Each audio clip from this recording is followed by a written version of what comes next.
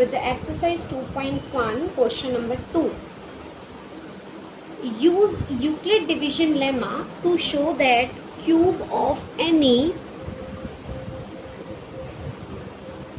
positive integer is of the form 9q or 9q plus 1 or 9q plus 8 where q is some integer. तो यहाँ पे सबसे पहले आप ये देखो कि यूज यूक्लिड डिवीजन लेमा, आपको क्या यूज करना है, Euclid division lemma. It means कि जो नंबर की यहाँ पे बात हो रही है उसको आपको बी क्यू प्लस आर की फॉर्म में लिखना है. ठीक है, to show that the cube of any positive integer. तो सबसे पहले तो हम यही मानेंगे, let any positive integer is equals to A. उस एनी पॉजिटिव इंटीजर को हमने मान लिया ए.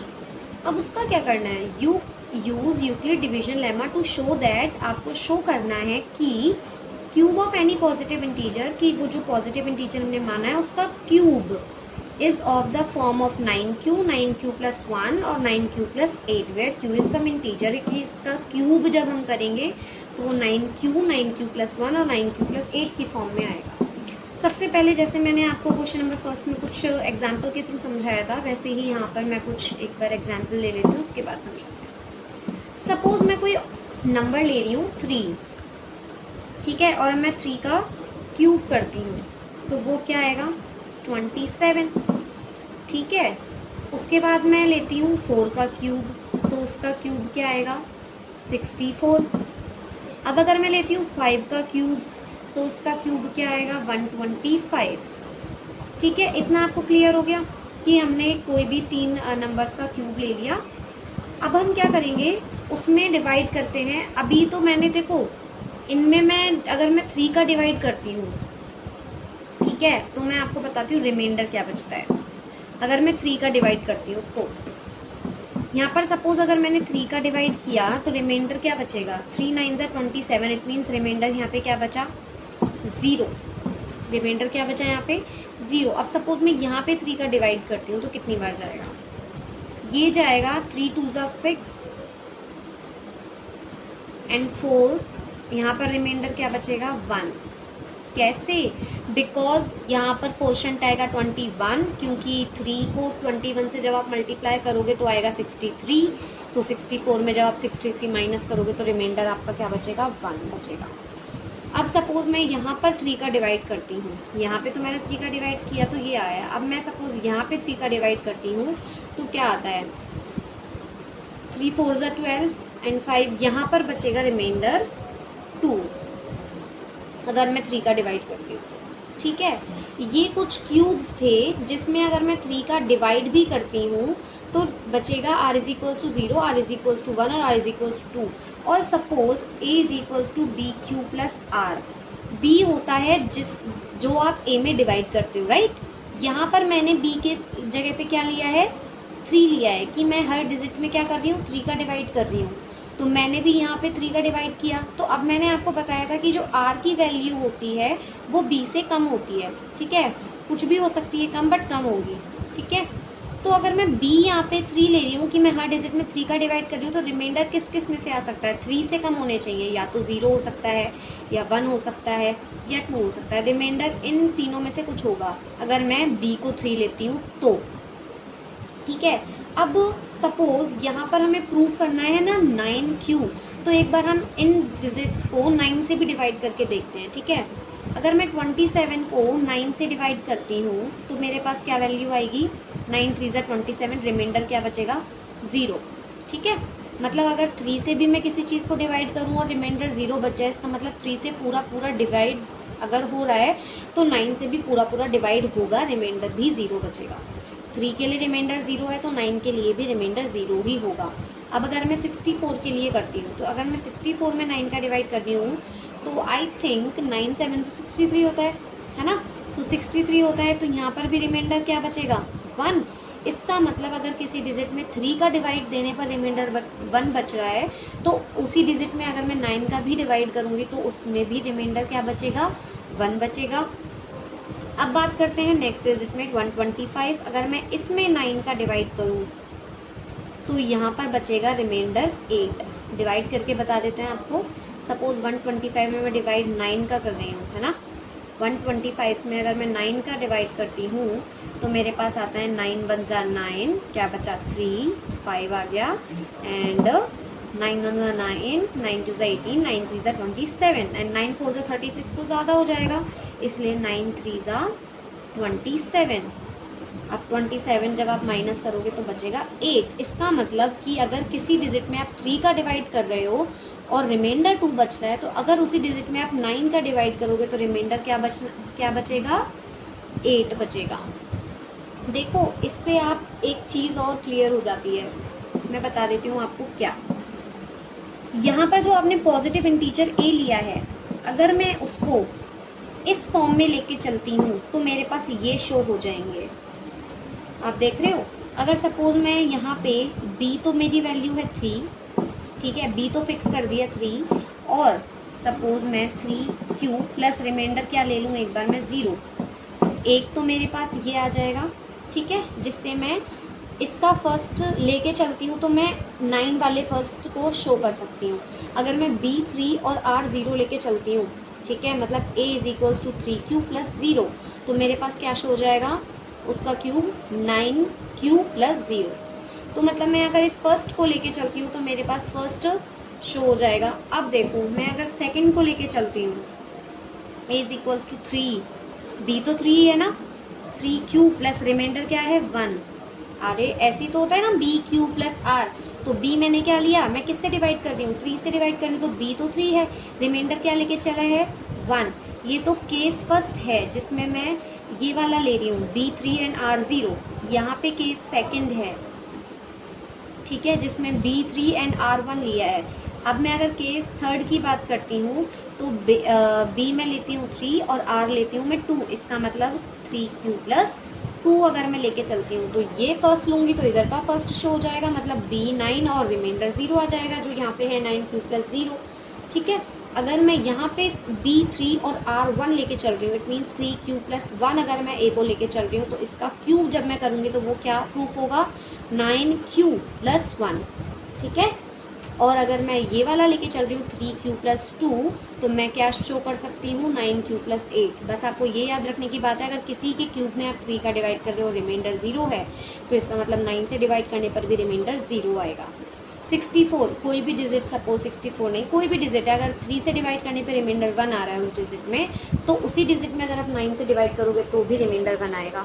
अगर कोई डिजिट 3 से डिवाइड करने पर रिमाइंडर 2 आ रहा है तो 9 से डिवाइड करने पर रिमाइंडर आएगा 8, ठीक है। मतलब रिमाइंडर अगर 0 है 3 के लिए तो 9 के लिए रिमाइंडर क्या होगा 0 ही होगा। अगर 1 रिमाइंडर है 3 के लिए तो 1 ही होगा रिमाइंडर 9 के लिए, और अगर 2 है रिमाइंडर 3 के लिए तो 9 के लिए रिमाइंडर क्या होगा 8। 3 के लिए ये रिमाइंडर है और 9 के लिए ये रिमाइंडर। इतना हो गया, बस अब सॉल्व करते जाओ। क्यूब शो करना है ना, तो दोनों साइड का क्यूब कर दो, क्यूब बोथ साइड्स,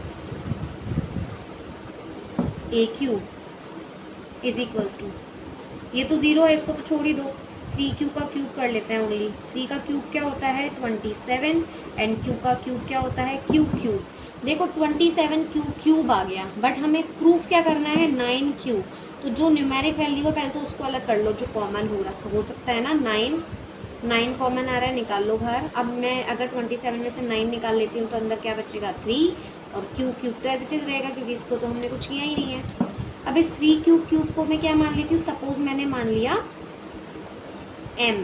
देखो अगर मैं q में कोई वैल्यूज लेके चल रही हूँ तो मैं प्रूफ m में कर सकती हूँ। यहाँ पे q है ना, कोई प्रॉब्लम नहीं है। अगर मैं यहाँ पे q लेके चल रही हूँ तो मैं m में प्रूफ करूंगी, m लेके चल रही हूँ तो q में प्रूफ करूंगी, क्योंकि फिर अगर मैं 3q क्यूब को भी q मान लूंगी तो थोड़ा कंफ्यूजन हो जाएगा, राइट। तो अगर मैं q में वैल्यूज लेके चल रही हूँ a को, तो जो a क्यूब आएगा कि हमें क्यूब जो शो करना है इनका, वो m में आ सकता है, कोई प्रॉब्लम नहीं है। आप q लिख सकते हो या m लिख सकते हो, एज योर विश, ठीक है। तो इसको मैंने क्या मान लिया m, तो ये तो 9 और ये m, तो मैंने एक ऐसा नंबर है 3q जिसका क्यूब मैंने प्रूफ कर दिया 9m या फिर 9q, मेरा फर्स्ट शो हो चुका है। अब सेकंड 9q प्लस 1 शो करना है 3q प्लस 1 के थ्रू, तो वही है, क्यूब करेंगे, नंबर हमने ए जो माना था उसका क्या करेंगे, क्यूब ऑफ बोथ साइड्स,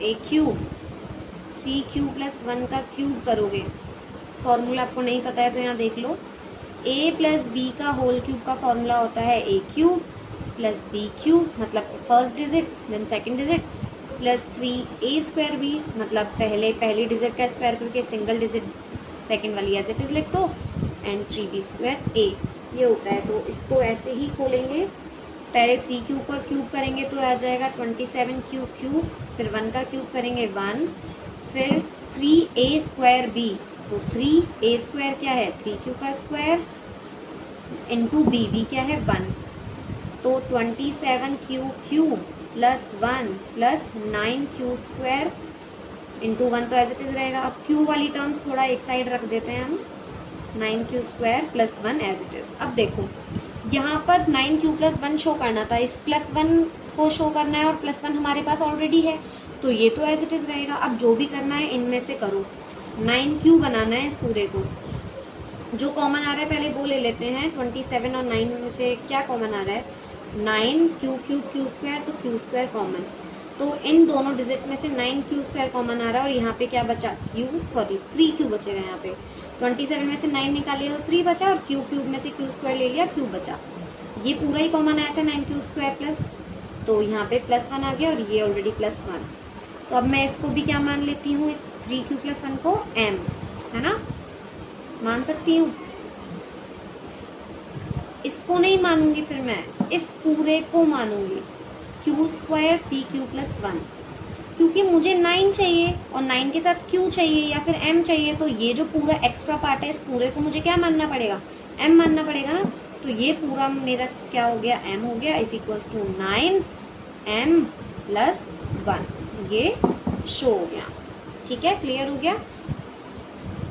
अब हम सॉल्व करते हैं ये, इसका भी हम क्यूब करेंगे बोथ साइड्स,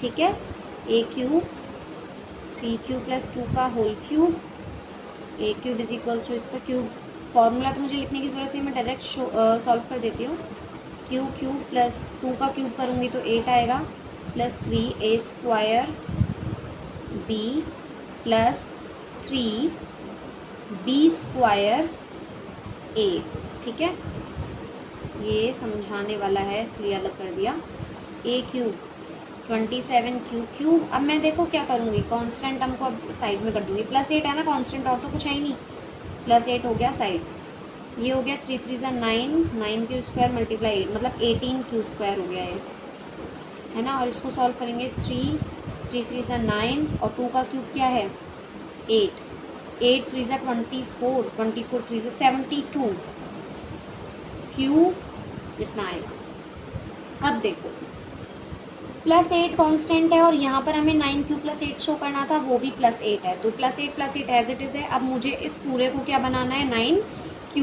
तो ऐसा करते हैं इन सब में से 9q ही कॉमन ले लेते हैं, जो भी चीज़ हमें लेनी होती, सपोज इसमें मुझे 9q लेना था तो मैं ऐसा कर सकती थी कि 9 जो भी कांस्टेंट टर्म है वो कॉमन ले लेती हूँ, बचा हुआ जो भी q का टर्म होगा उसको m मान लूँगी।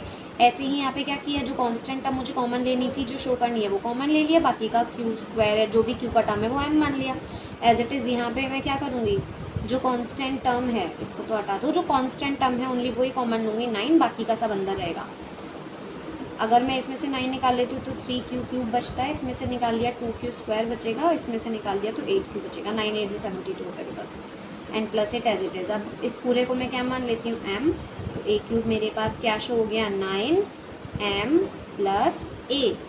देखो ये थोड़ा सा टिपिकल है क्वेश्चन, तो आपको अगर ये मेथड समझ में आ गया कि किसी भी क्यूब का 3 में डिवाइड करने पर और 9 में डिवाइड करने पर क्या रिलेशन है कि आप 3 के साथ रिमाइंडर्स ये आते हैं और 9 के साथ रिमाइंडर्स ये आते हैं, तो अगर हम ये 3 वाले रिमाइंडर्स को लेके चलें और 3 एज अ बी लेके चलें तो हम इस 9 वाली जो टर्म्स हैं उनको आराम से शो कर सकते हैं। ठीक है, तो अगर आपको कोई भी प्रॉब्लम है इस वीडियो में तो कमेंट करके बताना या फिर रिवाइंड करके देखना वीडियो, तो आपको वो आई थिंक समझ में आ जाएगा। Okay, thank you.